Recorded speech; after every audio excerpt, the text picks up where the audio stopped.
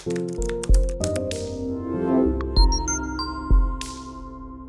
guys, in this video I'd like to show you how to use Backendless real-time logging functionality. The real-time logging console is available under Manage, Log Management, and then Real-Time Logging. Right now there are no logging events occurring in my application. That's why this panel is empty. So what I would like to do is to create a timer that will fire off every let's say 10 seconds to write a log message to Backendless logging. So let's create a new timer, and we're going to use codeless for this, and let's call it codeless timer, and it will run every 10 seconds.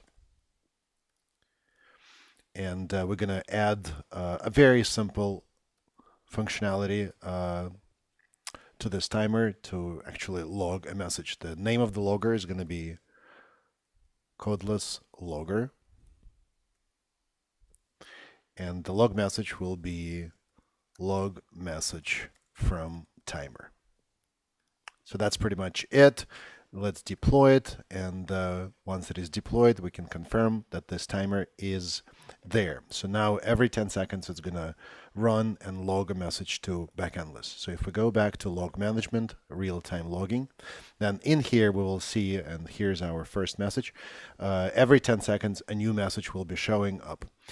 This is particularly useful if you have an application that is live and if you're logging any errors, or if you're really debugging your application, you can have this self-updating in real time. In fact, you can pop out this window and have it right there running, and you can continue using Backendless Console while this is running. At any point of time, you can clear out the log area, and then new messages will be showing up in real time. There's also a way to change it to a light scheme, and just depending on how you would like your contrast for text to be.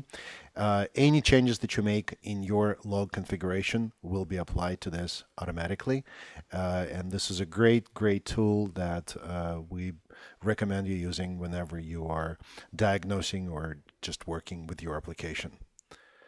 And if you were to close this window, it just goes back to right here, back into console.